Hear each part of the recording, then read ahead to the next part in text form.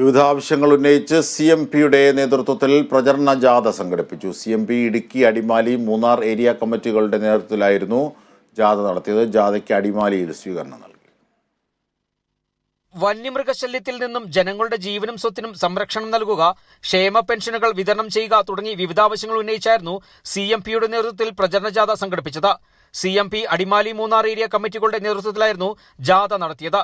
ജാഥയ്ക്ക് അടിമാലിയിൽ സ്വീകരണം നൽകി. CMP ജില്ലാ സെക്രട്ടറി KN കുര്യൻ സ്വീകരണ സമ്മേളനത്തിൽ സംസാരിച്ചു.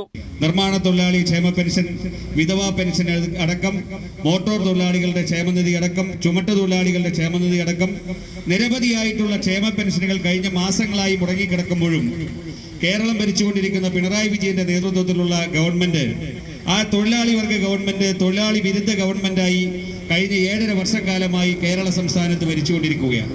ബേക്കർ ജോസഫ്, PB ഷംസുദ്ദീൻ എന്നിവർ ജാഥ ക്യാപ്റ്റന്മാരായിട്ടായിരുന്നു ജാഥ നടന്നത്. മൂന്നാറിൽ നിന്നായിരുന്നു ജാഥ ആരംഭിച്ചത്.